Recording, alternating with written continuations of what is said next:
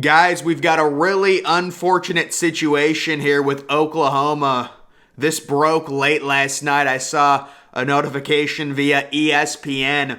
Longtime Oklahoma football assistant Cale Gundy resigns after reading aloud shameful word off a player's iPad, and apparently the speculation is the word was the N-word. And there were multiple people that when this broke were like, that is a harsh punishment, because this is not some, second year assistant. This dude has a crazy good track record. And let's take a look at this article. It says he said he noticed a player who was supposed to be taking notes during a film session was distracted, so he picked up the player's iPad and read the words on the screen, including supposedly the N-word.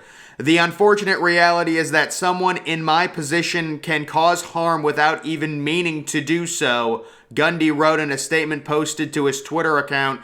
In that circumstance, a man of character accepts accountability. I take responsibility for the mistake, and I apologize. Gundy said that in the moment he did not even realize what he was reading, and as soon as he did, I was horrified. Now, I don't know if I believe that, but that is what he's saying. And he says, quote, I want to be very clear. The words I read aloud from the screen were not my words. So he took the iPad from a kid. He was probably irate at a kid in the locker room. I'm guessing he was saying something, some sort of film session or something. He was trying to explain to his position group or whatever it was, and the kid was on an iPad, and he took it kind of like a teacher does and read it out to try and embarrass the kid. That's what I'm taking from this whole situation. And you can see Gundy, he's 50 years old, the younger brother of Mike Gundy, the head coach of Oklahoma State, played quarterback for Oklahoma for 4 years, setting nearly every school record by the time he graduated. He then returned with Bob Stoops in 1999 and has been a part of all Oklahoma's 14 Big 12 titles and its 2000 national championship. He spent 16 years as a running backs coach, so it is surprising.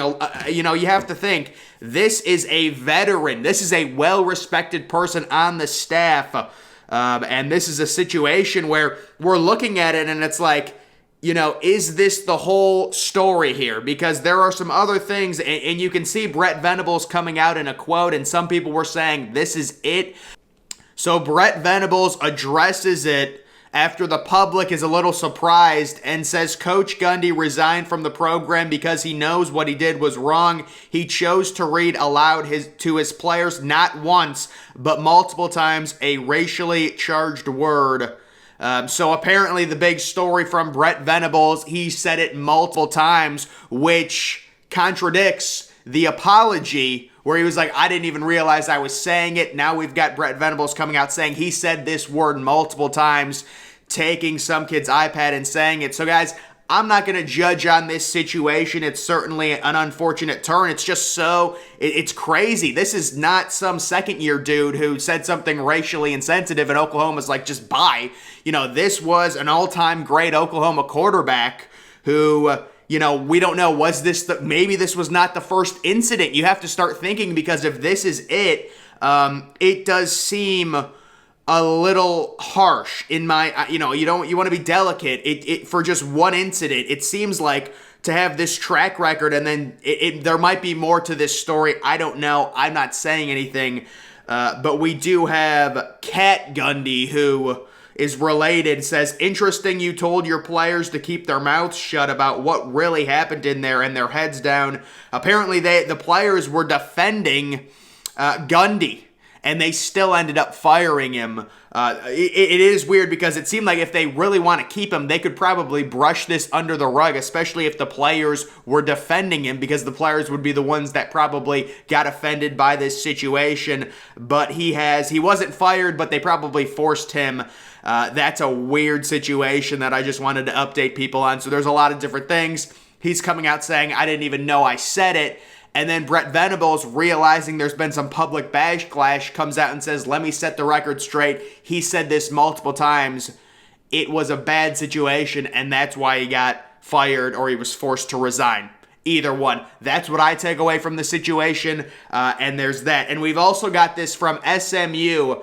So apparently SMU is just going to start paying kids basketball and football $36,000 a year if you're on the team. So that is where NIL is at this point. What an absolute complete mess. We remember SMU getting that death penalty back in the 80s for paying kids, and now they're coming out and saying, obviously we can pay kids, so they are going to just straight up pay players $36,000 a year. And the biggest thing about this story is that these numbers are public. And it's like, at what point do we start seeing bigger SEC level college football programs say, you know what, we're giving every player that's on scholarship $100,000 every single year? When does that start?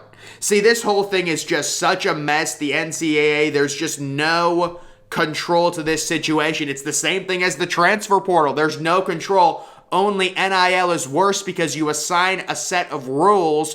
When those rules get broken and you don't enforce, punishments on the team that break the rules, it creates this ridiculous gray area, which has made recruiting extremely difficult for several programs who are sitting there saying, listen, we don't want to break the rules that the NCAA has given us, but really, what choice do we have at this point, because everyone else is cheating and we're missing out on so many players? That was my point when I was talking about Ohio State recruiting a week ago. It's like, we don't even know how many players you miss out on with NIL, because there's certain players 5 years ago you could have gotten. Now you're not even in it for them, because they're like, if Florida is going to offer me $2 million, if Texas A&M is going to offer me $5 million, I'll just go there. I'm not even interested in even looking at your program if you're not going to offer me straight upfront money from an NIL collective. And that's what's going on right now.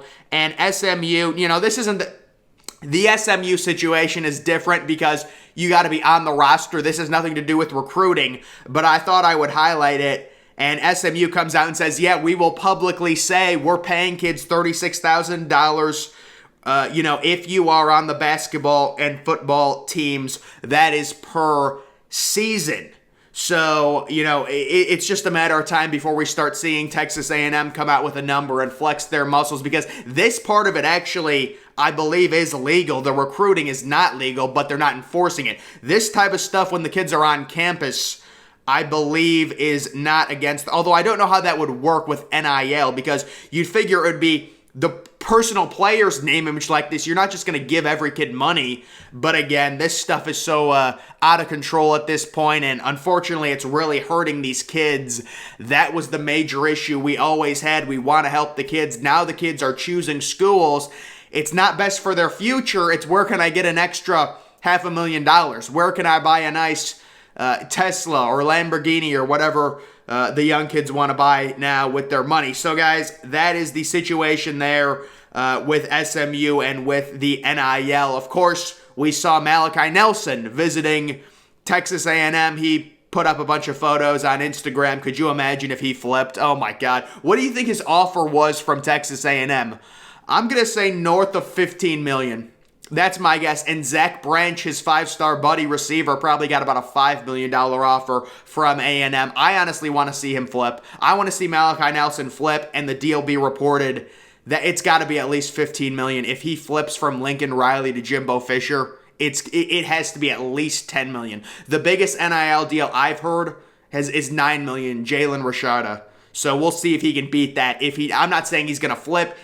Malachi Nelson loves Lincoln Riley, and the only reason he's considering Texas A&M is because they're throwing him, multiple millions of dollars. So we will see what happens there. But some interesting stuff to look at, guys. That is going to do it for this video. Make sure you're following me on Twitter. Link to that's always in the description.